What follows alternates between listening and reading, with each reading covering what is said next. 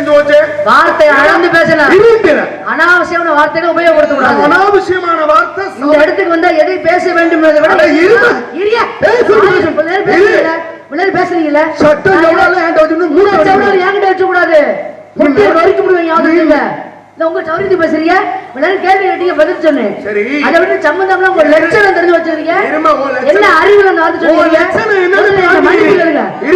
என்ன இருந்தா இதுல யாரு மன்னிப்பு கேட்கணும்ங்கிறது சபையர்கள் சொல்லுவாங்க. நீங்க சொல்றது தலையாட்டி போறதுக்கு நான் இங்க வந்திருக்கேன். நீ தலையாட்டிக்கு தான் போகணும். நீ செஞ்ச தலையாட்ட வச்சு முழுமையான தவறு நீ பண்ணது. எப்படி சொல்றீங்க? ஏடா வந்த உடனே கரண்ட் காட்டு முரட்டு மம்பட்டி மாதிரி நாரதர் பேசுறானு சபையர்கள் யாரும் வருத்தப்பட கூடாது. கரண்ட் காட்டுக்கு முரட்டு மம்பட்டி தான் சரியா இருக்கு. உனக்கெல்லாம் என்ன மாதிரி ஆள் தான் தேவை. இப்படித்தான் குறுக்கு சால் ஓட்டணும். நல்ல முறையில பேசுனா உனக்கு நல்ல புத்தி எல்லாம் இல்ல. ஏன்னு கேளுங்களே, சபை எறிந்து பேசி உங்கள்ட்ட இருந்து ஒரு அரைக்கில கொடுத்துட்டு போங்களே பாவா. தேவைப்பட்ட கேள்வி தரேன். சுட்டி காட்டவா நீ என்ன தவறு பண்ணீங்க? அதை வாங்கணும்னு எனக்கு நிலைமை ஏற்படுத்தி இல்ல. நீ பேசணும் பேசுவானா? நான் லட்சணம்ன்றீங்க. உங்க லட்சணம் எங்களுக்கு தெரியாதா? உங்க லட்சணம் என்ன இப்ப நான் சொல்லி காமிக்கவா? நான் சொல்லி கொடுங்க பாப்பேன். ஓ வாயில தானே சொன்னேன். என்னையா சுவாமி, நீங்க மனித பிறப்பு கிடையாது, தெய்வத்தினுடைய அருள் பெற்றவர், தெய்வ பிறப்பு வம்சம் தானே சொன்னீங்க நீங்க. இப்ப எங்க அப்பா வந்து தெய்வமா மனிதனாமா? அவர் தெய்வம் தான். தெய்வ பிறப்பு தானே. அப்ப தெய்வத்துக்கு மகனாக உருவானவே நானும் தெய்வ பிறப்பு தானே. இல்ல நான் சொல்லவே இல்லையே. இருங்க, இந்த அம்பாள் இருக்கால, ஆமா, இப்பேற்பட்ட அம்பாள் பகவதி அம்மன் இருக்கால, இது இந்த நாடு உன்னுடைய நாடு, கதையின் பிரகாரம் கொண்டே நாடு தானே. இந்த தெய்வம் உன் தெய்வம் தானே. இந்த மக்கள் உன் தெய்வம் தான், உன் மக்கள் தானே. என் மக்கள் தான். எந்த மாற்றம் இல்ல. மாற்றம் இல்ல. யாருக்கு சொந்தமானது? எங்களுக்கு சொந்தமானது. உங்களுக்கு தானே. ஆமா. உன்னை வர சொன்னாலும் உங்க அப்பா தானே. ஆமா. இப்போ ஒரே ஒரு விஷயம், இந்த தெய்வத்தை போய் வணங்குகின்ற பொழுது கால்ல செருப்பு காலோட வணங்குவியா? நீ செருப்பு காலோட நான் என் பகவதி அம்மனே, என் நாட்டுல இருக்கிற தெய்வத்தை அப்படித்தான் வணங்குவேன் அப்படின்னு வேணா நீ சபையறிய சொல்லிவிட்டே அப்படின்னா நீ உண்மையிலே பெரிய ஆளு. இல்லேன்னு மறுத்தீங்கன்னா உன் லட்சணம் இவ்வளவுதான். நான் சொன்னதுல தப்பு இருக்கா?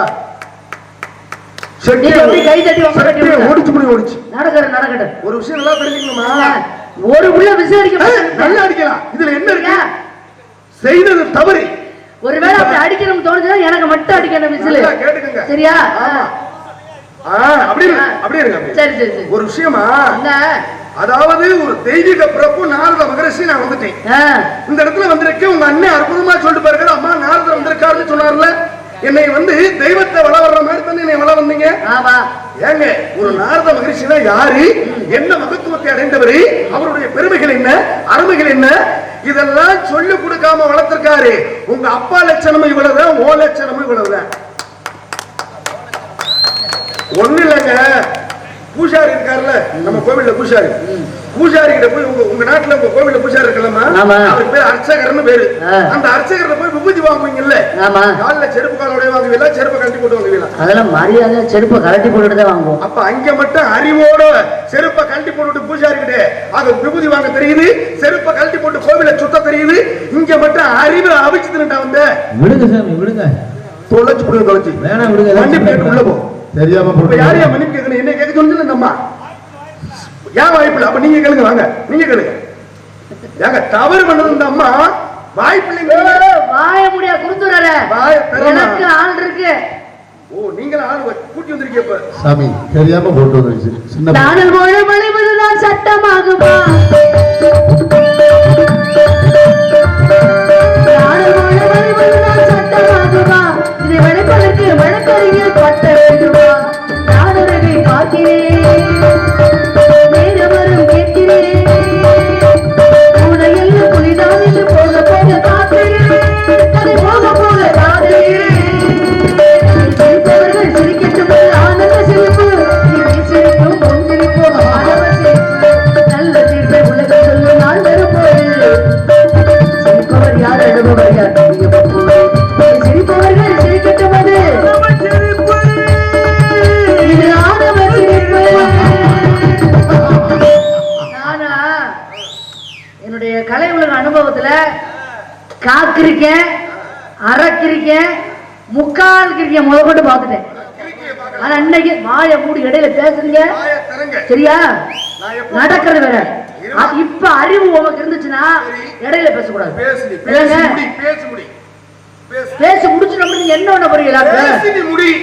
முதல்ல பேச்சு யாரு வேணாலும் பேசலாம், ஆனால் உன்னுடைய பேச்சுல எதிரிக்கு இடம் கொடுக்காம பேசணும். ஆனா உனக்கு அந்த மாதிரி பேச தெரியல. எங்க பேசுங்க பாப்போம். இப்ப நீங்க சொன்னீங்களே கேட்ட கேள்வி சரி, எதிரியா இருந்தா கூட நியாயமான கேள்விகளை கேட்கும்போது நான் ஏத்துக்குவேன். அந்த மனப்போக்கம் எனக்கு ஆண்டவன் கொடுத்துருக்கேன். ஆனா நீங்க பாருங்க, பேச்சோட பேச்சா என்ன சொன்னீங்க? இந்த தெய்வம் உங்க தெய்வம் தானே, இந்த இடம் உங்க இடம் தானே, இந்த நாடு உங்க நாடு தானேன்னு ஒரு வார்த்தையை சொல்லிவிட்டீங்க. இந்த மக்கள் உங்க மக்கள் தானேன்னு சொன்ன பிறகு இந்த நாடு உங்க நாடு தானே அப்படி சொல்ற. இந்த ஊரு என் ஊரு தான். ஏன்னா யாதும் ஊரே யாவரும் கேளீர் அப்படின்னு சொன்னவர் யாரு தெரியுமா? கணியன் பூங்குன்றனார். யாதும் ஊரேன்னா என்ன அர்த்தம் தெரியுமா? நம்ம பிறந்த ஊர் மட்டும் நமக்கு சொந்தம் இல்ல, யாதும் ஊரே எல்லாமே நம்ம ஊர் தான்.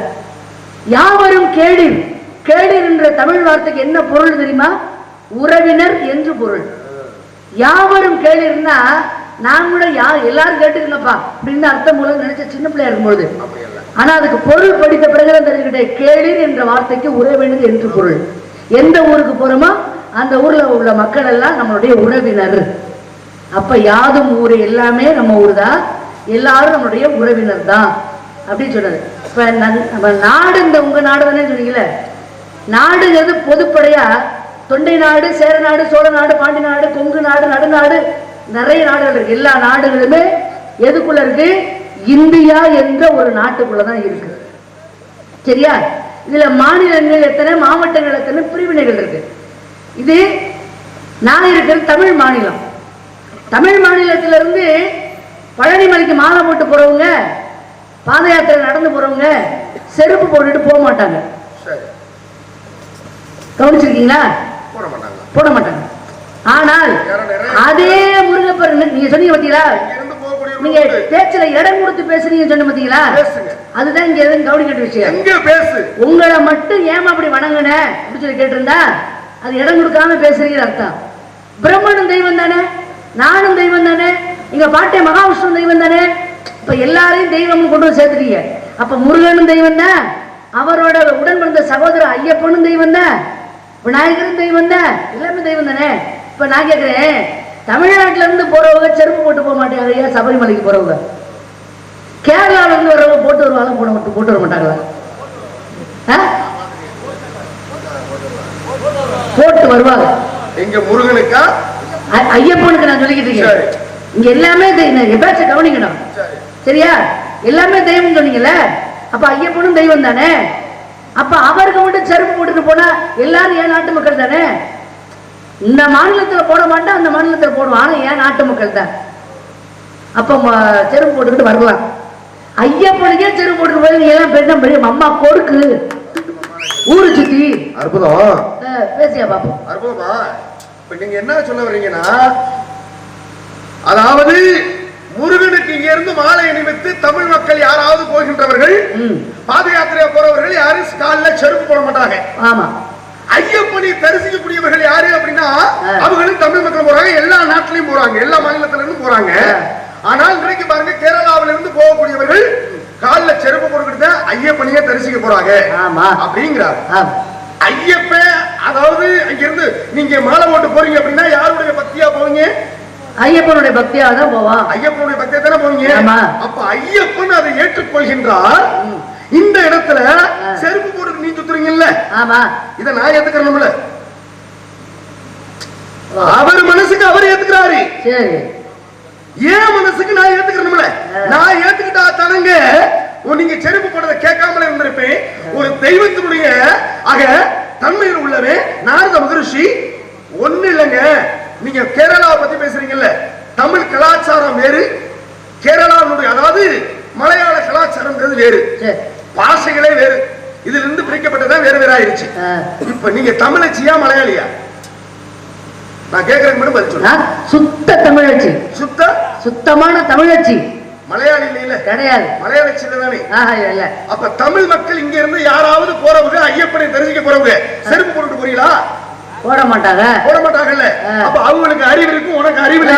இந்த பேச்சை வச்சு அறிவு கணிங்க மரியாதை கண்டுபிடிச்சு. இது எந்த வகையில அடிக்கடி அறிவு இருக்கா அறிவு இருக்கான்னு கேக்குறீங்களே, எந்த வகையில உங்களுக்கு தேவைப்படுதா? அம்மா என்கிட்ட நிறைய இருக்கு. அப்புறம் ஏன் இருக்கான்னு கேக்குறியா? இல்லாதால கேட்கல இருக்காது. அப்படி இல்ல, ஒரு பள்ளிக்கூடத்துக்கு எனக்கு சாப்பிட்டேன்னு சொன்னாலும் புரிஞ்சு எனக்கு. அப்ப என் தன்மை என்ன? கற்பூர புத்தி. நான் இந்த உலகத்துல என்ன பேரு புகழோடு இருக்கிறேன். நாரதர்னா யாரு? உங்க பேரு என்கிட்ட சொல்லாதீங்க. நீங்க உங்களுக்கு என்ன பிரச்சனை? நான் செருப்பை போட்டுக்கிட்டு வந்து வணங்கிட்டேன். தவறு, இது தவறுன்னு உங்களுக்கு பிரச்சனை பண்றீங்க. ஆரம்பத்துல இருந்து மன்னிப்பு கேட்டு போன்னு சொல்லி ஏன் மன்னிப்பு கேட்கணும்? அப்ப பேசு, தடுத்து பேசு. தப்பா இருந்தா நான் மன்னிப்பு கேட்பேன். தவறுமா தவறுகளை கூட மன்னிப்பு கேட்க வேண்டிய அவசியமே இல்லை.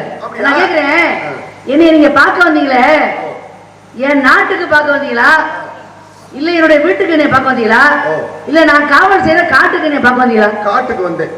நான் கேட்கிறேன், வீட்டுக்குள்ள கோவிலுக்குள்ள போகும்போது செருப்பு போட்டு போக மாட்டாங்க. ஏன்னா அங்க தெய்வம் குடியிருக்கு. சரி. வீட்டுக்குள்ள போகும்போது செருப்பு போட்டு போவோமா? போக மாட்டோம். தமிழ் கலாச்சாரம் இல்ல, செருப்பு போட்டு போக கூடாது இல்லைங்களா? அதானயா? ஆமாங்க, சரிங்க. அப்ப வீட்டுக்குள்ள போகும்போது போட்டு போக மாட்டோம். ஏன்னா நம்ம கும்பிடுற குலசாமி கூட நம்ம வீட்டுக்குள்ள வராது. வீட்டுக்குள்ள செருப்பு போட்டு போனோம். ஆனால் கோவிலுக்குள்ள செருப்பு போட்டு போக மாட்டோம், வீட்டுக்குள்ள செருப்பு போட்டு போக மாட்டோம். ஒரு காட்டுக்குள்ள போறீங்க, போட்டு போவீங்களா? போட்டு போக மாட்டீங்களா? போட்டு போவீங்களா? அப்ப என்ன அறிவுல என்னைய பத்தி ஏன் செருப்பு போட்டு வந்தேன்னு கேட்டிய? அப்படி கை கட்டுங்க, கொண்டு விடு. அம்மா என்ன கேக்குறாங்கன்னா, நீங்க என்னைய பார்க்க வந்தது நாட்டுக்குள்ளையா வீட்டுக்குள்ளையா காட்டுக்குள்ளையான்னு கேட்டாங்க. நான் காட்டுக்குள்ளதான் பார்க்க வந்தேன். அதுல எந்த மாற்று கருத்தும் கிடையாது. சபையோர்கள் எல்லாருக்குமே தெரிஞ்ச விஷயம். ஏத்துக்கிட்டாங்களா? வாய மூடுறாங்க. ஏத்துக்கிட்டாங்க, கை தட்டிட்டாங்க. நான் ஒரு சின்ன குறுக்கு சார் பண்றேன். இதுல நீங்க தப்பிச்சிடணும். எப்படியா வழக்கறிஞரே குறுக்கு சார் பண்ணுங்க. இருமா, முதல்ல நான் என்ன கேக்குறேன்னு மட்டும் புரிஞ்சுங்களேன். நான் உங்களை வீட்டுக்கு பார்க்கவில்லை, இல்ல நாட்டுக்குள்ளேயும் பார்க்கவில்லை, இல்ல இல்ல காட்டுக்குள்ள நீங்க இருக்கீங்க. ஆமா. இந்த காட்டுக்குள்ள ஏன் செருப்பு போட்டிருக்கீங்கன்னு சொன்னீங்க? காட்டுக்குள்ள ஏன் செருப்பு போட்டு போவாங்க முதல்ல? ஆமா, இல்ல காட்டுல கல்லு முள்ளும் இருக்கும். அதுக்காக அப்ப பாதுகாப்புக்காக, உங்களுடைய பாதுகாப்புக்காக. இப்ப ஐயப்பனை தரிசிக்க போறாங்களா தமிழ்நாட்டுல இருந்து? ஆமா. அவங்க வந்து ரோட்டு வழியா போறாங்களா இல்ல ஆகாயத்துல பறந்து போறாங்களா, காட்டு வழி பாதையா போறாங்களா? காட்டு வழி பாதையா தான் போறாங்க. ஏன் காட்டு வழி பாதையா போனா தான் கல்லு முள்ளு கிடைக்குமே, செருப்பு போட்டு போக முடியாது? அப்படி பேரு வெறுங்காலோட போறாங்களே, அவங்க அறிவாளி, நீ முட்டாளா? அது கல்லு முள்ளும் காலுக்கு மெத்தை. அப்ப அவங்க கல்லு முள்ளும் காலுக்கு மெத்தைன்னு தானே போறாங்க. ஆமா. அப்ப முருகனுடைய அருள்பாடி கல்லு மல்லு எனக்கும் காலுக்கு மெத்தைன்னு நீ செருப்பு போடாமல் இருக்கணும். செருப்பு போட்டு ஆணவம் அகங்காரம் உன் சட்டம் ஜவுடாலி நீ பேசுறதெல்லாம் நான் ஏத்துக்க போக முடியுமா? இல்ல என்ன வரும் கேக்குறேன். சரி, முருகன் வந்து முருகனுக்கு வந்து இதை போடலாமா? முருகனை வணங்குற நீ போடலாமா? அப்படி கேட்டுட்டீங்களே. நான் முருகனுடைய பக்தை. சரி, நீங்க யாரோட பக்தர்? பெருமாளுடைய பக்தன். பெருமாள் எடுத்த அவதாரங்கள் எத்தனை? தசாவதார கதாநாயகன் சொல்லுவான். அது தசாவதாரம்னா மச்சாபூர்வமா வராக. தசாவதாரம்னா என்னன்னு கேட்டேன். 10 அவதாரம். 10 தான் தசம். அப்ப 10 அவதார கதாநாயகன். அதுல ராமநாத அவதாரம் எடுத்தாருல்ல, அதான் மகாவிஷ்ணுடைய பாட்டன். ராமனாக அவதரிச்சது யாரு? எங்க பாட்டன் தானே, ராமச்சந்திரமூர்த்தி. அந்த ராமனாக அவதரித்த பொழுது காட்டுக்கு போனாரா 14 ஆண்டுகள். அப்படி போகும் பொழுது பரதன் என்ன பண்ண, பாதரட்சைங்கிற செருப்பை, ராமருடைய பாதரட்சையை வாங்கி கொண்டு வந்து சிம்மாசனத்துல வச்சு 14 ஆண்டுகள் ஆட்சி புரிந்தார் என்று ராமாயண கூற்று சொல்லுதா? ஏத்துக்கிறீங்களா? உங்க பாட்டங்கால போட்டுக்கிட்டு வந்து செருப்பு மட்டும் சிம்மாசனத்துல ஆடுறோண்டு இந்த இடத்துல வாசியா நாடகம் பார்த்துக்கிட்டே இருக்காம செல்லுல. அப்ப அந்த சிம்மாசனத்துல போய் ராமனுடைய செருப்பு 14 வருஷம் ஏறிக்கிட்டு ஆட்சி செய்யலையா? அது ரொம்ப முக்கியமே அந்த இடத்துக்கு. உங்க பாட்டை விட்டு செருப்புன்னா சிம்மாசனத்துல ஏறலாம். ஏன் விட்டு செருப்பு இந்த காலில் ஏறுறது உங்களுக்கு வலிக்குதான். நீங்க தானே ஆரம்பத்துல சொன்னீங்க, நம்ம சொல்லுகின்ற பொழுது எப்படியாவது மடக்கணும்னு நினைக்கிறீங்க. முடிஞ்சா சரியான ஆம்பளை இருந்தா என்னைய மடக்கி கொடுங்க, உனக்கு அடிமைன்னு எழுதி கொடுத்துட்டு போறேன். நீ சரியான பொம்பளை. இந்த ஊர்ல இந்த மேடையிலே திலகவதி ரவி பிரசாத்த மடக்கிட்டாங்கன்னு ஒரு பேரை வாங்கிட்டு போனோம் அப்படின்னு நீ தானே ஆரம்பத்துல சொன்ன. நீங்க என்ன சொன்னீங்க தெரியுமா? எதிரிக்கு இடம் கொடுக்காமல் பேசணும் அப்படின்னு இந்த நாய் தானே சொன்னுச்சு. ஆமா. இப்ப நான் கேக்குறேன், என்ன ராமன் போட்டிருந்தது தோளால் வடிவமைக்கப்பட்டதா மரத்தால் வடிவமைக்கப்பட்டதா? அது வந்து மரத்தால் வடிவமைக்கப்பட்டது. அவ்வளவுதான் விஷயம். இதுக்கு முடிஞ்சு போச்சா? இப்ப எப்படின்னு கேளுங்களேன், மரத்தால் வடிவமைக்கப்பட்டால் அதுக்கு பேரு பாதரட்சைன்னு பேரு. தோளால் வடிவமைக்கப்பட்டால் அதுக்கு பேரு செருப்புன்னு பேரு. அப்ப 14 வருடம் ஆட்சி புரிந்தது பாதுகையா செருப்பா? தெய்வம் போட்டா செருப்பு, பாதுகை பாதரட்சைன்னு பேரு. நான் போட்டு கோட்டைன்னு வச்சுங்களேன், அது பேரு பாதரட்சைன்னு பேரு. நீங்க போட்டிருக்கிறது பேரு செருப்புன்னு பேரு. தோளால் வடிவமைக்கப்பட்டது செருப்பு, தெய்வத்தால் பாருங்க மரத்தால் வடிவமைக்கப்பட்டது பேரு பாதுகை பாதரட்சைன்னு பேரு. அப்ப செருப்புக்கும் பாதரட்சைக்கு செருப்பை யாரு போடணும், பாதரட்சை யாரு போடணும் அப்படின்னு வகுத்து வைத்தார்கள் இந்த உலகத்திலே.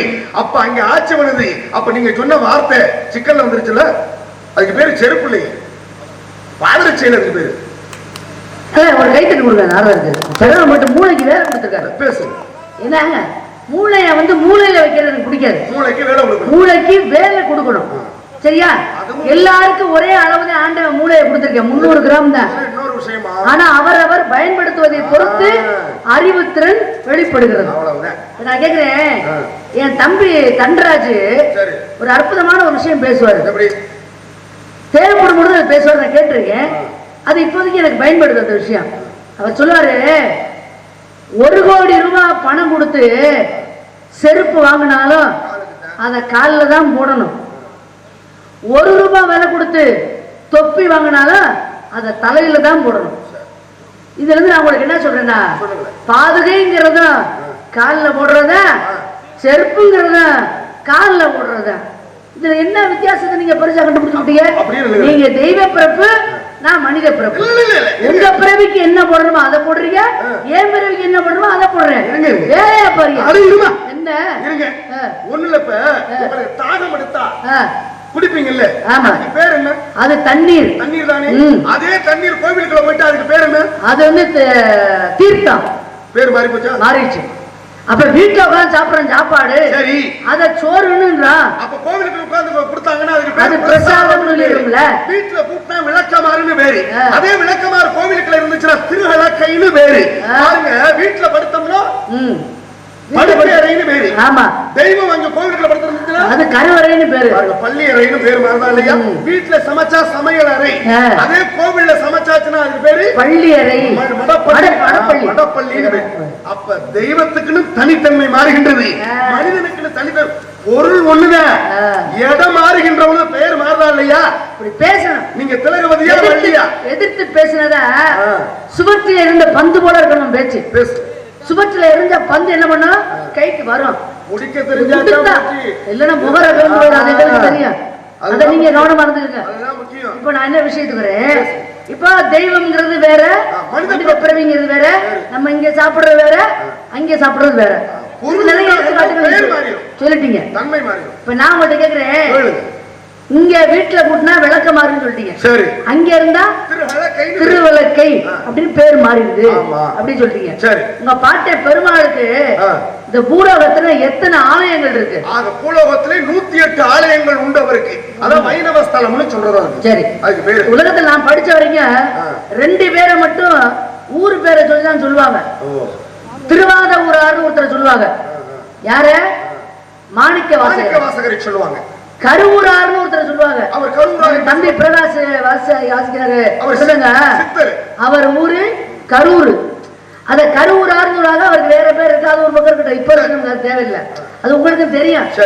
ஆனால் அந்த கரூர் மாவட்டத்துல ஒரு பெருமாளுடைய கோவில்ல இன்னைக்கும் பாதரட்சை செருப்பை கொண்டு போய் காணிக்கையாக கொடுக்குறாங்க. சிந்து பாடுற மாதிரி அடிச்சு காலி பண்ணி போடுறது நம்ம வேலையை. உங்களுக்கு ரொம்ப எச்சரிக்கை. திரும்பி வாங்க கேள்விக்கு. கரூர் மாவட்டத்துல ஒரு பெருமாளுடைய ஆலயத்துல செருப்ப பாதரட்சைய செருப்ப காணிக்கையாக கொடுக்குறாங்க. அப்ப உங்க பாட்டன் பெருமாளே செருப்பை ஏத்துக்கிறாரு. உங்க பாட்டன் அவரே ஒப்பனுக்கு உங்க அப்ப அவரே ஏத்துக்கிறாரு. நீ என்ன பெரிய அம்மா கோருக்கு நீ ஏத்துக்க மாட்டீங்களோ? பேசியா நீ? என்னதான் பேசுற? எனக்கு ஆள் இருக்கியா? அவர்ல ஆரவாரம் விசில் அடித்து ஆரவாரம் செய்வது ஒரு நாடகத்தை உற்சாகப்படுத்துற மாட்டாங்க. ஏன்னா அவங்க விசில் அடிக்கின்ற பொழுது, கை நட்டுகின்ற பொழுது கேட்கிற கேள்விக்கு மூளைக்கு வேலை கொடுக்கணும், வேகமா கொடுக்கணும் எண்ணம் தோணும் நமக்கு. ஆமா, ஒண்ணு இல்ல, அசிங்கப்படுறது யாரு அசிங்கப்படுறதுன்னு முடிவுல தெரியும். அப்படியே ஏன் முந்திர கொண்ட மாதிரி முந்திர ஒண்ணு இல்லமா. இப்ப நீங்க சொன்னீங்களா, என்னுடைய பாட்டனுக்கு கரூர் மாவட்டத்திலே ஒரு ஆலயம் உண்டு. அப்ப அது எந்த ஊரிலே உண்டு, என்ன ஆலயத்துக்கு பேர் என்ன, தெய்வத்துக்கு பேர் என்ன அப்படிங்கிற நிலை உண்டு. தான் தோன்றி மலை, அதுதான் சொல்றேன், தான் தோன்றி மலை. இந்த அம்மா கேள்வியை கேட்டிருக்காங்க, நான் பதில் கொடுக்கிறேன். தான் தோன்றி மலை, தான் தோன்றி பெருமாள் அவருக்கு பேரு. அப்ப அவருக்கு என்ன செய்யறாங்கன்னா செருப்பை காணிக்கையாக கொடுக்கக்கூடிய நிலை ஒரு நேரத்தில் இருந்தது. இப்பொழுது மறக்கடிக்கப்பட்டது. அங்க ஒரு சிற்பி இருப்பாரு, 100 ரூபாய் தட்சணையை கொடுத்தோம்னா அந்த படியில வந்து அந்த பாதத்தை வரைஞ்சு வைப்பாரு. இப்ப மறிவிருச்சு, இது காலப்போக்குல மாறிடுச்சு. தமிழக அடிப்படை என்ன, அடிப்படை உண்டு. நான் மறக்கல. அப்ப அவர் என்ன செய்யறாரு, அதாவது உங்க பாட்டனே ஏத்துக்கிறாரு செருப்ப. ஏன் பாட்டனுடைய பேரை நீங்க அம்மா கொடுக்கு, நீங்க வந்து இந்த செருப்பை ஏத்துக்க மாட்டீங்களோ? அம்மா கொடுக்க அது அப்படியே அம்மா கொடுக்கணும் எனக்கு கேட்டுச்சு. ஏன்னா அப்படித்தான் இருக்கு. அண்ணே வந்துட்டாரு சொல்றாப்புல கொடுக்குல, அதுதான் விஷமே. என்ன சொல்றாப்புல அந்த அம்மா படு விஷமா இருக்கும் போல இருக்கு. விஷம் தான். நீங்க இந்த விஷத்தை எப்படி முறிக்கிறேன்னு பாருங்க. எங்க பாட்டு ஒரு அதாவது நீங்க யாருடைய பக்தி? நான் வந்து முருகப்பெருமானுடைய பக்தி.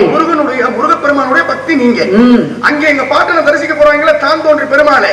யாருடைய பக்தரா போவாங்க? பெருமாளுடைய பக்தராக போறாங்க. அவரு பக்தர், அவர் ஏத்துக்கிறாரு. நீங்க பக்தியா நான் ஏத்துக்கிறதுக்கு? நான் உங்க பக்தன்னு சொல்லவே இல்லையே. நான் வணங்குற முருகன் ஏத்துக்குவாரு, ஏத்துக்கிறாரு. முருகன் ஏத்துக்கிறாருங்க. நீங்க என்னைய வளம் வந்திருக்கீங்க, அப்ப என்னைய செருப்பு காலோட வளம் வந்திருக்கீங்க. நான் ஏத்துக்கிறேன்ல, நான் எப்படி ஏத்துக்கிறது? நான் கேக்குறேன், முருகப்பெருமான் பெரிய ஆளா நீங்க பெரிய ஆளா இந்த உலகத்திலேயா? என்னை விட ஒரு அறிவு கூட, அறிவாளி அவர்தான் உயர்ந்தவர். அவர்தான உயர்ந்தவர், அவரே ஏத்துக்கிறாரு. நீங்க என்ன அம்மா கொடுக்கு ஏத்துக்க மாட்டீங்களா? கொடுக்க முடிக்கிறேன் பாரு. இப்ப இந்த இடத்துல எதுக்காக வந்திருக்க? இங்க வந்து காவலுக்கு வந்திருக்கேன். என்ன காவல்? திணை காவல். என்ன திணை? கருந்தனை செந்தனை. யாருக்காக? எங்களுக்காகவும் முருகனுக்காகவும். உங்களுக்கு என்ன திணை? எங்களுக்கு கருந்தனை. முருகனுக்கு செந்தினை. ஏன் கருந்தனை அவருக்கு கொடுத்துட்டு செந்தினை நீங்க எடுத்துக்கலாம்ல? அவருக்கு அதான் பிடிச்சிருக்கு, அதனால கொடுக்குறோம். அதுதான் பிடிச்சிருக்கு. இப்ப பகவதி அம்மாள் வந்து எனக்கு இந்த செய்யுன்னு சொல்றாங்களா, பக்தர்களா கொண்டு கொடுக்குறாங்களா? சாமி எல்லாம் வாயை திறந்து கேட்க ஆரம்பிச்சா தேங்காய் எல்லாம் உடைப்போமா? ஒரு உள்ளே போகாது. இல்ல கிடானா வெட்டுவோமா? புரியுதா? தேங்காயை உடைச்சுக்கிட்டு தான் திருப்பி வைப்போம். ஏன்? எங்களுக்கு தான் சட்னி ஆக போகுது. அப்ப அந்த நிலை தெரியுதுல உங்களுக்கு. கடாய வெட்டிட்டு வீட்டுக்கு தூக்கிட்டு போயிடுவோம். ஏன்? அது எங்களுக்கு தான். சாமி சாப்பிட ஆரம்பிச்சா நாங்க இந்த வேலையெல்லாம் பார்க்கவே மாட்டோம். கையில வைத்திருப்பது கவன். கவன் எதற்கு? பறவை வெட்டுறதுக்காக. ஏன் பறவை வெட்டணும்? அது திணையை வந்து சேதப்படுத்தணும் என்பதற்காக. ஓ, அதாவது இந்த உலகத்துல வந்து எந்த பொருளுமே சேதம் இல்லாமல் தான் இறைவனுக்கு போகுதா? இல்ல நான் தான் கேக்குறேன். ஒண்ணு இல்லைங்க, ஒரு நெல் இருக்கு பாத்தீங்களா? நெல்ல வந்து வயல் காட்டுல விதைக்க போறோம். வீட்டுல இருந்து விதை முறையை தூக்கிட்டு போகின்ற பொழுது 1-2 கூட சிந்தாமல் அப்படியே கொண்டு போக முடியும்? வீட்டுல இருந்து எப்படி விதை நெல் தூக்கிட்டு போவாங்க? எங்க வீட்டுல இருந்தா கொண்டு போகணும் விதை நெல். இல்ல விதை நெல் வாங்கிட்டு வருது சரி, சரி ஊற வைக்கணும்ல. எங்க ஊற வைப்பாங்க? நீங்க நினைக்கிறது வந்து காரணம் என்னவென்றால், அதாவது நான் சொல்றது விரைப்பு, நீங்க சொல்றது வந்து நாட்டுப்பா வரும். இந்த விவசாயத்துல 2 விதமான தன்மை இருக்கு. நாட்டு பறிச்சு நடுறது வேற, விதைப்புங்கிறது வேற. அதாவது வரையிலே விதைச்சிடுறது. அதாவது புழுதியில ஊற வைக்காம புழுதியில போட்டோம்னா எங்க மேல ஊற வைக்க மாட்டேன் கூட. விஷயத்துக்கு வருவோமே, ஊற வைக்கணும். பிரச்சனை என்ன? இப்ப என்னுடைய பிரச்சனை சேதமாகுமேன்னு சொல்றேன். சேதப்ப பாலை கறந்து அம்பாளுக்கு அபிஷேகம் பண்றான். சரி, கறக்குற பால்ல ஒரு சொட்டு கூட வீணாகாம அப்படியே கொண்டு வந்தா அபிஷேகம் பண்ணிடுறான். சேதமாகுதா இல்லையா? தேனை எடுத்து தேனை அபிஷேகம்னு பண்றான். தேனை எடுத்துட்டு வந்து ஒரு சொட்டு கூட அது சேதமாகாம எந்த வகையிலும் சேதமாயிரும். சேதமாயிரும்ல. தெய்வத்துக்குன்னு படைக்கக்கூடிய பொருள் ஒண்ணு இல்லைங்க. பூ வாங்கிட்டு போறோம், மலர்களை வாங்கிட்டு போறோம், ஒரு மலர் கூட உதிராமையா இருக்கும். அப்ப சேதமாகுதா இல்லையா? நீங்க எப்படி சேதம் இல்லாமல் நான் வந்து முருகனுக்கு பாதுகாக்கிறேன்? விஷயத்தை கவனிக்கணும். என்ன? 6 அறிவு படைச்ச மனுஷனே இவ்வளவு சேதப்படுத்தும் பொழுது பறவைக்கு எத்தனை அறிவு? 4 அறிவு. அது எவ்வளவு சேதப்படுத்தும்? அதுக்கு ஏற்கனவே 2 அறிவு குறைவா இருக்குல்ல. அதனாலதான் நான் பறவை வெட்டுறதுக்காக இங்க வந்திருக்கேன். அது சேதப்படுத்துறதுனாலதான் நீங்க வந்திருக்கீங்க. பறவை எதுல வச்சு விரட்டணும்?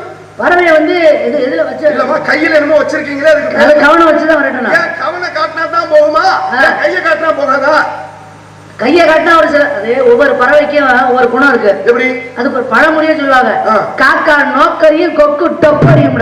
அது உண்மைதான். காக்கா வந்து நோக்க அறிஞ்சுக்கும், குனிஞ்சாலே போதும். அதுக்கு குனிஞ்சாலே போதும், ஆஹா அடிக்க போறேன் நம்மள அப்படி பறந்துடும். ஆனா நீங்க கொக்கு பக்கத்துல போயிட்டு குனிங்க நிமிருங்க குனிங்க நிமிருங்க அப்படியே தான் நிக்கும். கல்ல எடுத்து வீசி டொப்புன்ற சத்தம் கேட்டா அது அங்க இருந்து பறக்கும். அப்படியே இல்லைங்களே, என்ன சொல்றீங்கல்ல? ஒரு மரத்துல அன்னைக்கு அப்படிதான் 2000 கொக்கு உட்கார்ந்து இருந்துச்சு. ஒரு ஆள் துப்பாக்கி எடுத்துட்டு போய் ஒரே போட்டு டப்புன்னு ஒரு சத்தம் கேட்டுச்சு. 2000 பறவை உட்கார்ந்துருதுல கேட்டது ஒரு சத்தம் தான். எத்தனை பறவை போயிருக்கு, எத்தனை பறவை இருந்திருக்கும்? எல்லா பறவையுமே போயிருக்கும். ஏன் அப்படி சொல்றீங்க? காரணம் சத்தம் கேட்ட உடனே கிளம்புவாரு. உங்க 1000 வந்துருச்சா? கொக்கு டொப்பரின்னு அந்த பறவைக்கு இப்படி வரதுனா தான் போகும். ஒண்ணு இல்லம்மா, இப்ப பறவை வரதுக்காக தான் நீங்க வந்திருக்கீங்கறது முழு விவரம் சொல்லியாச்சு. சரி, தந்தை பெயர் என்னமா? நம்பி. தாய் பெயரோ? நந்தி மோகனி. பெயரோ? வள்ளி. ஏழு வகை. என்னென்ன பறவை? பேதை, பெதுமை, மங்கை, மடந்தை, அருமை, தெரிவி, பேழம்பன். ஆக பேர் இளம்பன் என்று ஆண்களுக்கும் பறவை இருக்கு தெரியுமா? நீர் ஆம்பளை தானே? அப்ப பருவத்தை சொல்லுங்க. பாலன், நீலி, மரவன், திரவன், காளை, விடலை, முதுமகன் என்று சொல்லக்கூடிய ஆண்கள் கேள் வருவோம், பெண்கள் கேள் வருவோம். ஆண்களுக்கு எத்தனாவது, பெண்களுக்கு எத்தனாவது பருவத்துல மனம் முடிக்கணும்? அது அந்த 3வது பருவத்துல. 3வது பருவத்துல மங்கை பருவத்துல மனம் முடிக்கணும். ஆமா. ஆண்களுக்கு எத்தனாவது பருவத்துல மனம் முடிக்கணும்? 5வது பருவம் காளை பருவத்துல மனம் முடிக்கணும். காளை ஆயிட்டானா அவனுக்கு கட்டு போடுறான்னு சொல்லிடுவாங்க. கட்டு கடங்காத காளையா நிற்பேன். அது உண்மை. ஆண்களுக்கு பருவருக்கு, பெண்களுக்கு பருவருக்கு. ஒண்ணுலமா பறவை விரட்டம் சொல்லிடலாமா? ஒரு சந்தேகம் கேட்கலாம்ல? உங்களுக்கு சந்தேகம் அப்படி யார சந்தேகத்தை தீர்க்கணும்ல? சந்தேகம் வந்தா உடனே தீர்த்தணும். அதாவது சந்தேக கோடு, அது சந்தோஷ சந்தேக கோடு. என்னைய பாட்டையே மாத்திடுது இல்லமா? அதாவது சந்தேக கோடு சந்தோஷ, சந்தோஷத்துக்கு கேடு. அப்ப ஒரு இல்லறத்திலே ஒரு மனைவி ஆணும் பெண்ணும் ஒரு கொடி இன்பம் கொடுத்தால் வாழ்க்கையில சந்தேகம் வரலாம். சரி, சந்தேகமே வாழ்க்கை இருந்தா நிம்மதி இருக்குமா? இருக்காது. சரி, அது இருக்கட்டும். உங்களுக்கு என்ன சந்தேகம்? எனக்கு ஒண்ணு இல்லம்மா, பறவை நீங்க விரட்டணும்னு சொல்றீங்க. ஆமா. நீங்க இந்த இடத்துல இருந்து விரட்டக்கூடியது இரவுல விரட்டுறீங்களா, பகல்ல விரட்டுறீங்களா? நான் வந்து பகல்ல தான் விரட்டுறேன். ராத்திரில எந்த பறவை வரும்? ஆந்ததான் வரும். ஆமா. அப்ப நீங்க பகல்ல விரட்டுறீங்க. ஆமா. என்னைய சந்திக்க வந்து நீங்க பகல்ல வந்திருக்கீங்களா, ராத்திரில வந்திருக்கீங்களா? பகல்ல தான் வந்திருக்கீங்க. அப்ப அது பகல்ல தான் விரட்டிட்டு சில பேர் இந்த கதையின் அம்சப்படி அப்படியே இரவுனே சொல்லக்கூடிய நிலைகளா. நாங்க ரொம்ப கவனமா இருப்போம். நீங்க மத்த ஆளுங்க நம்மள இடம் போடுறாதீங்க. ஆக கையிலே கவனம் வைத்து பறவை. இப்ப ஒண்ணுலமா, பறவைக்கு எத்தனை அறிவு சொன்னீங்க? பறவைக்கு 4 அறிவு. மரத்திற்கு 1 அறிவு. புழுப்பூச்சிகளுக்கு 2 அறிவு. நீரில் வாழக்கூடிய மீன்கள் 3 அறிவு. பறவைகளுக்கு 4 அறிவு. 5 அறிவு. 6 அறிவுன்னு சொல்றாங்க. எந்த மனுஷனுக்கு 6 அறிவு வேலை பார்க்குது? ஒரு சில நேரம் 2 அறிவு கூட வேலை செய்ய மாட்டேங்குது. அருள் அறிவு, மருள் அறிவு, பொருள் அறிவு, நுண்ணறிவு, பக்கத்தறிவு, சிற்றறிவு, 6 அறிவும் சரியா வேலை செய்தால் அப்ப முனிவர்கள் எத்தனை அறிவு? முனிவர்களுக்கு வந்து 7 அறிவு. அந்த பகவதி அம்மாள் தெய்வத்துக்கு அவளுக்கு வந்து 8 அறிவு.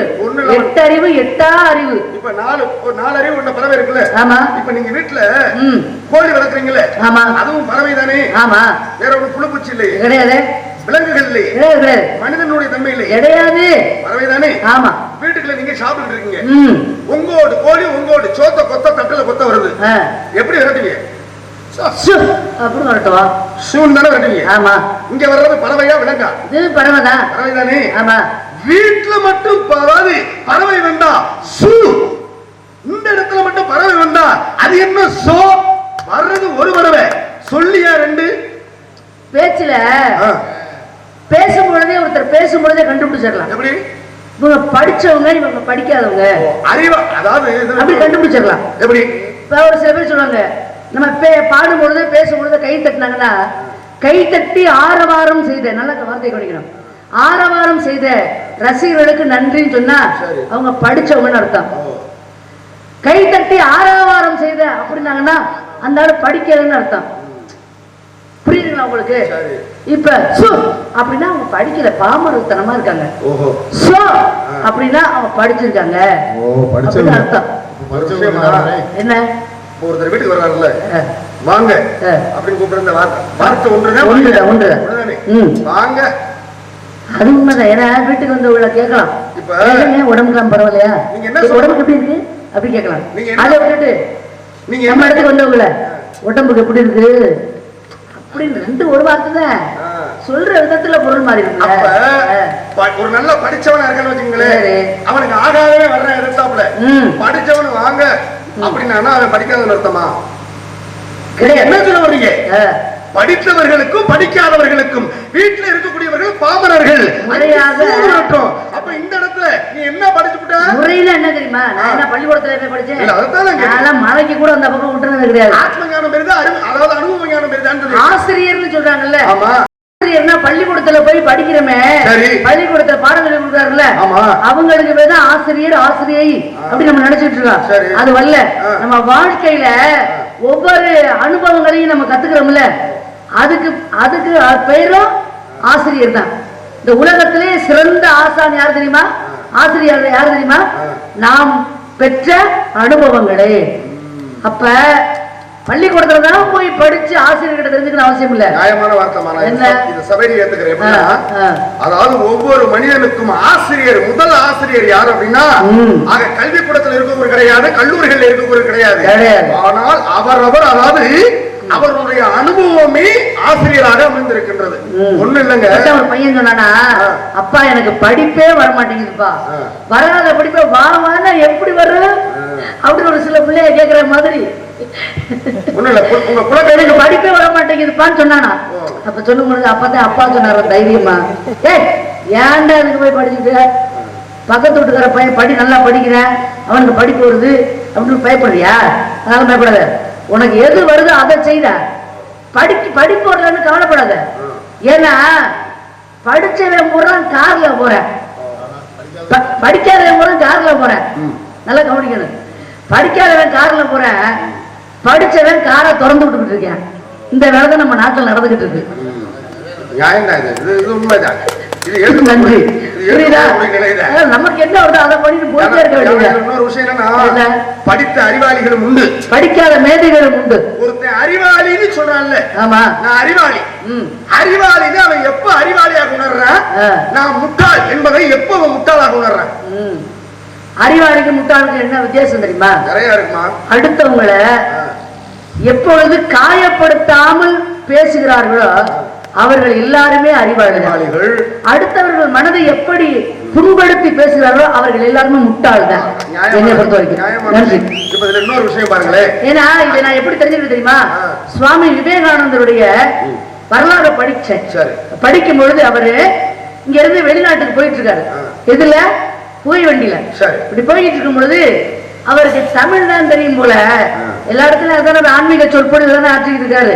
அப்படி சொல்லி படிச்ச இளைஞர்கள் ஒரு 10 பேர் சேர்ந்துக்கிட்டு இந்த ஆளுநத்தை தெரிய போகுது அப்படின்ட்டு ஆங்கிலத்திலேயே பேசியிருக்காங்க. ஆங்கிலத்திலேயே பேசிட்டு இருக்கும் பொழுது இவர் அப்படியே அமைதியா உட்கார்ந்து இருந்தார் சுவாமி விவேகானந்தர். ஒரு இடத்துல புகை வண்டி போய் நிற்குது. இறங்கி போய் கடையில போய் அது வெளிநாடு போயிடுச்சு, வெளி மாநிலம் போயிடுச்சு. அப்ப நம்ம மாநிலத்தை விட்டு வெளி மாநிலம் போய் நிக்குது. நாங்க எல்லாம் கவனமா இருப்போம், நீங்க குறுக்குச்சாரம் ஓட்ட முடியாது. கடல் பரப்பு சூழ்ந்த இடத்துல புகை வண்டி எப்படி போகணும் முடிவுல பிடிக்கலாம். அப்ப அந்த இடத்துல போய் நிக்குது. அது நிக்கும் பொழுது இறங்கி போய் ஒரு கடையில போய் ஆங்கிலத்துல சொல்லி அவருக்கு தேவையான பொருட்களை வாங்கிட்டு வந்தாரா. இத பக்கத்துல உட்கார்ந்து கவனிச்சுக்கிட்டே இருந்த ஒருத்தர் சொன்னாரா, அந்த பையங்க பூரா அடுப்பு முன்னாடி இறங்கிட்டாங்க. அப்ப அவர் கேட்டிருக்காரு, ஏங்க நீங்க ஆங்கிலத்துல சொல்லிதானே எல்லா பொருட்களும் வாங்கினீங்க, அப்ப உங்களுக்கு ஆங்கிலம் தெரிஞ்சிருக்க, அந்த பசங்க உங்களை எல்லாம் அவ்வளவு அசிங்கமா கேவலமா பேசிக்கிட்டு இருந்தாங்க. அவன் ஒருதான் உலகத்துல ஒருத்தர் தான் நாட்டை திருத்த வந்திருக்காரு, ஒரு உலகத்துல வரதே அதிசயமா பேசுறாரு, இப்படி இவ்வளவு அசிங்கமா கேவலமா பேசுறாங்க ஆங்கிலத்துல. அப்ப அவங்க என்ன பேசுறான்னு உங்களுக்கு புரியாம உட்காந்துருக்கீங்க நினைச்சுக்கிட்டு இருந்தேன். அப்ப உங்களுக்கு ஆங்கிலம் தெரிஞ்சிருந்தா அவர் பேசுறது புரிஞ்சிருக்கும்ல, எதிர்த்து நீங்க ஏதாவது ஒரு வார்த்தை சொல்லிருக்காங்க, ஏன் இப்படி இருந்தீங்க, எனக்கு எவ்வளவு மனசு கஷ்டமா இருந்துச்சுன்னு பக்கத்துல இருந்து ஒரு ஐயா கேட்டாராம். அவர் சொன்னாரா, சுவாமி விவேகானந்தர் இது போன்ற முட்டாள்களை சந்திப்பது எனக்கு ஒன்றும் புதிதல்ல அப்படின்னாரு. அப்ப இதுல இருந்து என்ன தெரியுது? அடுத்தவர்கள் மனசை புண்படுத்துபவர்கள் முட்டாள்கள், புண்படுத்தாதவர்கள் அறிவாளிகள். குலக்கடவுள் முருகன் தானே சொன்னேன். முருகனுக்கு எத்தனை படைவீடுகள்? 6 படைவீடு. என்னென்ன படைவீடு? முதல் படைவீடு என்ன, 2ஆம் படைவீடு, 3ஆம் படைவீடு என்னன்னு கேட்கிறேன். இப்ப முதல் படைவீடு வரிசைப்படுத்தி நீங்க வரிசைப்படி போயிட்டு வர முடியல. அப்படி இல்ல, நான் அதாவது காரணம் இல்லாம தோரணம் கட்ட மாட்டேனா. முதல் படைவீடு என்னன்னு கேட்கிறேன், திருப்பரங்குன்றம்னு சொல்றாங்க. 2வது படைவீடு திருச்செந்தூர், 3வது படைவீடு என்ன, அது பழனி. பழனி இது எதுக்காக கேக்குறீங்க, நான் தெரிஞ்சுக்கலாமா? தாராளமா தெரிஞ்சுக்கலாம். இப்ப பழனிக்கு முன்பே பேர் என்ன? பழனிக்கு பேரு திரு ஆவினன்குடி. திரு ஆவினன்குடிக்கு முன்னாலே பொதுநிவனமாக இருந்தது. பொதுநிவனம் திரு ஆவினன்குடியாக மாறியது. திரு ஆவினன்குடி பழனியாக மாறியது. திரு ஆவினன்குடிக்கும் 5 பேருக்கு ஒரு சம்பந்தம் உண்டு. யாராருக்கு வஜிஷ்டர் சாபத்தினாலே பாருங்க, அப்பேற்பட்ட இடத்திலே யாராருக்கு காமதேனு, மகாலட்சுமி, காமதேனு, அக்னி பகவான், சூரிய பகவான். 2 காமதேனு வந்துச்சு இல்ல, ஒரு காமதேனு. மகாலட்சுமி என்றால் பசு, அதாவது ஆவின் பால் அப்படின்னு சொல்றோம். பசுவோட பால், ஆவின் பால் மட்டும்தான் பசுவோட பால். காமதேனு தெரிஞ்சுக்கிட்டா சரி. மகாலட்சுமி அது சூரிய பகவான், அக்னி பகவான், அது பூமாதேவி. அது 5 பேருக்கு சாபம் கொடுத்ததாலே ஆக கந்தனுடைய பாதம் பட்டு அவர்கள் விமோசனம் பெறணும் அப்படிங்கிறது. முருகனுடைய பெருமைகள் எனக்கு ஓரளவு தெரியும், நான் அவரை வணங்குறதுனால. அந்த அவரோட பெருமையை என்கிட்டே வந்து சொல்றீங்க. ஏன் கேட்கிறேன் அப்படின்னா, அந்த எல்லா இடத்திலும் இல்லாத பெருமை போகர் செய்த லீலைகளிலே ஒரு மிக விசித்திரமான வித்தியாசமான ஒரு சிலை பழனியிலே உண்டு. என்ன சிலைன்னு பேரு அதுக்கு? அது நவபாஷான சிலைன்னு பேரு. நவபாஷான சிலை. நவம்னா 9, பாஷானம்னா விஷம்னு அர்த்தம். அப்ப 9 விஷயங்களை இணைத்து செய்யப்பட்ட சிலை தான் முருகனுடைய சிலை. இந்த உலகத்துல 63 விஷயங்கள் உண்டு மொத்தம். இந்த 63ல 9 விஷம் தானே. ஆமா. அதுல இருந்து வரக்கூடிய அவருக்கு அபிஷேகம் பண்ணி வரக்கூடிய பால்களை எடுத்து நம்ம சாப்பிட்டோம்னா நம்மளுடைய நோய் குணமாகுதுன்னு சொல்றாங்களே. விஷத்தை சாப்பிட்டோம்னா மனுஷன் சாவானா உயிரோட இருப்பான். உண்மையிலே இறந்து போவேன், ஆனா உயிரோட தான் இருக்கிற காரணம் என்ன தெரியுமா? அதை மட்டும் முருகன் சிலைய போகர் விஷத்தினால செஞ்சாரு. அதுல அபிஷேகம் பண்ணி வரக்கூடிய பாலை சாப்பிட்டா நம்மளுடைய உடம்புல உள்ள நோய் குணமாகுதுன்னு சொல்றாங்களே. விஷத்தை சாப்பிட்டா எப்படி நோய் குணமாகுது? அம்மா, விஷம்னா உயிரை எடுக்கக்கூடிய விஷம் அல்ல அது. அது இந்த உடம்புல விஷம் புகுந்து விட்டால் அந்த விஷத்தை முறிக்கக்கூடிய விஷம் அது. ஒரு மருந்து விஷம் மட்டும்தான் அந்த அபிஷேக பாலை சாப்பிடணும். ஏன்? அதாவது வராமல் தடுக்கிறதுக்கு சாப்பிடலாம்ல, தவறு இல்ல. தடுக்கிறதுக்கு சாப்பிடலாம். வருமுன் காப்பது, வருமுன் காக்கக்கூடிய தன்மை உருவாகும். இப்ப நான் ஒண்ணு கேட்கிறேன், உங்க போகர் தானே செய்தாரு. பழனி மலையில் இருக்கக்கூடிய நவபாஷான சிலை போகர் செய்தது மொத்தம் எத்தனை? பழனி மலையில மட்டும்தானா இல்ல வேற இடத்துல ஏதாவது வச்சாரா இல்லையா? என்னோட கேள்வி எல்லாம் புரியுதா உங்களுக்கு? சிக்க வைக்கலாம் பாக்குறாரு. சிக்க வைக்கணுமியா? நான் கேக்குறேன். அதாவது கண்ணு, காது, மூக்கு, வாய், மெய், இது 5 என்னன்னு சொல்லுவாங்க? ஐம்புலன்கள் சொல்லுவாங்க. ஐம்புலன்களுக்கும் உள்ள ஊர் என்ன சொல்லுங்க பாப்போம். அற்புதம். ஐம்புலன்களுக்கு ஊர் இருக்கு. கண்ணு, காது, மூக்கு, வாய், மெய் அப்படின்னு ஒரு ஊர் இருக்கு. 5 ஐம்புலன்களுக்கும் இருக்குல்ல. சொல்லுங்க பாப்போம். அப்ப நான் கேட்டது நீங்க சொல்லுங்க. இதுதான் கேட்ட பண்ணக்கூடாது. இந்த கேட்டதை என்கிட்ட பண்ணக்கூடாது. கேட்ட கேள்விக்கு அப்ப நீங்க பதில் சொல்லணுமா இல்லையா? இப்ப நீங்க கேள்வி கேட்டீங்களே, இன்னொரு சிலை எங்க இருக்கு, வேற போகர் செஞ்சிருக்காரு இல்லையான்னு 3 ஊர்ல உள்ள முருகனுடைய சிலைய ஒருத்தர் தான் செஞ்சிருக்காரு. ஏன் நான் சம்பந்தமா கேட்டேன் தெரியுமா? இந்த ஐம்புலன்களுக்கு சொன்னேன்னு. கண்ணுக்கு உள்ள ஊர் இருக்குல்ல, அது என்ன ஊர் தெரியுமா?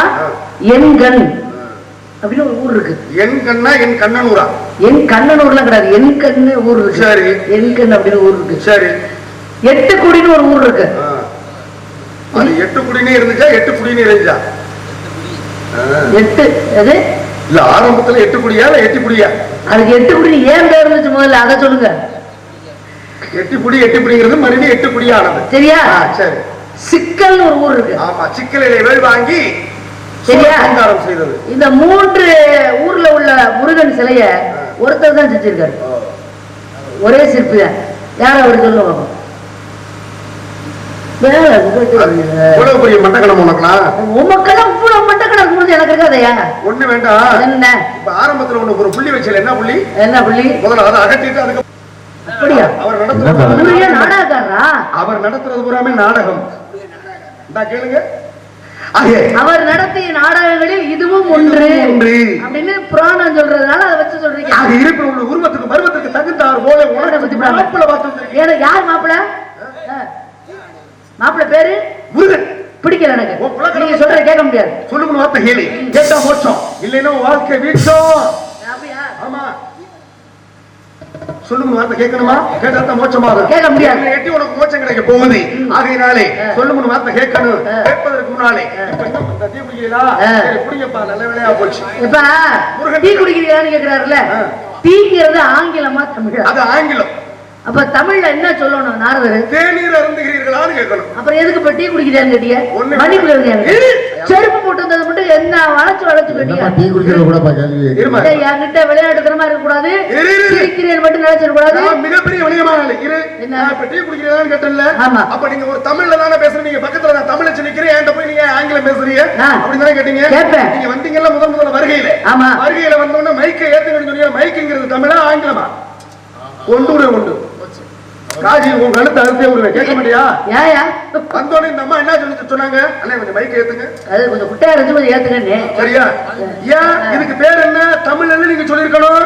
அப்ப இந்த இடத்துல போய் நீங்க ஆங்கிலம் பேசுற தமிழச்சியே ஆங்கிலம் பேசும்போது நான் இருக்கிற இடம் எல்லா நாடுகளுக்கும் சுத்துறவே, கழகத்தை செய்யறவே, எனக்கு எல்லா மொழியும் தெரியும். சரி விடியா, அதுக்கு சரியா போச்சு, பிரச்சனை விடியா. முடிஞ்சிருச்சா?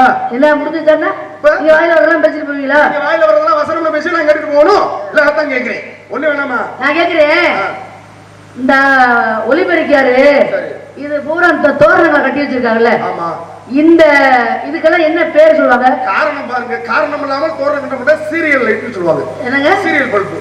சரி, சீரியல். இப்ப அதிகமான பெண்கள் வீட்டுல திரைப்படம் பாக்குறத விட என்ன அதிகமா பாக்குறாங்க? சீரியல் தான் பாக்குறாங்க. இங்க இருக்கிறது என்ன? இதுவும் சீரியல் தான். அப்ப வீட்டுல பாக்குற பெண்கள் பாக்குறது சீரியல் பாக்குறோம்னு சொல்லுவாங்க. ரெண்டு சீரியலும் ஒண்ணா? கிடையாது. இது வேறு அது வேறு. இதனுடைய தன்மை வேறு, அதனுடைய தன்மை வேறு. அப்ப இதுக்கு நீங்க வழக்கறிஞர் தானே? திடீர்னு எதிரில் உள்ள வழக்கறிஞர் ஆங்கிலத்துல போய் வழக்காட ஆரம்பிச்சிடறாரு. நீங்க தமிழ்ல வாதாட முடியுமா? நீங்க ஆங்கிலத்தான வாதாடணும். அப்ப அந்த சீரியலுக்கு என்ன இல்ல, அந்த சீரியலுக்கு என்னென்ன எழுத்துக்கள் எழுதணும்? இந்த சீரியலுக்கு என்னென்ன எழுத்துக்கள் எழுதணும்? ஒண்ணு வேண்டாம், அப்படியே நில்லு. ஒரு குதிரை போறேன் நான் உங்ககிட்ட, ஒரு குதிரை போடுறேன். சரியான ஆளு நீ இந்த இடத்துல ஜெயிச்சு போடணும். இந்த சீரியலுக்கு அந்த சீரியலுக்கு அது சின்ன திரைன்னு பேரு, ஆனால் சீரியல் பாக்குறியான்னு கேட்பாங்க. ஆக அதுக்கு இதுக்கு என்னென்ன வித்தியாசம்னு கேட்டீங்கல்ல, ஒண்ணு வேண்டாம். இப்ப இந்த இடத்துல இதுக்கு பேர் என்ன சொன்னீங்க? இது வந்து மைக்கு. இதுக்கு பேரு ஒலி வாங்கின்னு சொல்றாங்க தமிழ்ல. ஆங்கிலத்துல மைக்கு. ஆமா. தமிழ்ல ஒலி வாங்கி. இதுக்கு பேரு அது பயர். பயர் தானே? ஆமா. ஆங்கிலமா தமிழா? அது வந்து ஆங்கிலம். தமிழ்ல என்ன பேரு? எனக்கு நீ விளக்கம் பட்டியலமா? ஆமா. நான் கேக்குறது வயர் போய் நேரம் அங்க போகுதா? அப்படி பார்த்தா அங்க போகல, அதுக்கு பேர் என்ன? அது ஒலி பெருக்கி. அது ஒலி பெருக்கி. இது ஒலி வாங்கி. இந்த இவர் இந்த கருப்பு சட்டக்காரரு நேரா போய் அங்க சேர்ந்திருக்கிறாரு பார்த்தா இல்ல, இந்த இங்க போய் நிறைய மிக்சர் கூட காராச்சல் கூடயா இஷ்டப்பட்டா நீங்க வாங்கி சாப்பிடலாம். அதுல போய் இணைஞ்சுதானே அங்க போகுது. என்ன தம்பி அப்படித்தானே? சும்மா சொல்லுங்க, அப்படிதானே?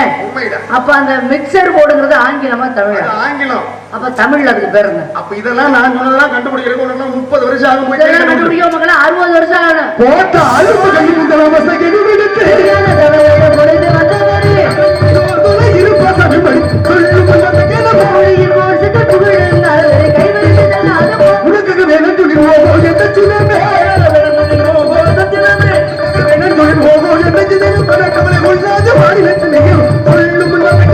எனக்கு பறிந்து கொண்டு இழைக்க வந்தது போது வெளிப்படுத்தி நிற்காம எங்கேயில போய் உனக்கு வேணும் துணி வரும் இல்லை வேதனையில் உண்டு சேர வரும் இல்லை வேதனையில் உண்டு சேர மாநிலத்தின் கொடுப்பதுகள் கோத்திரத்தை முறையும் ஓட்டமா சொல்ல வந்து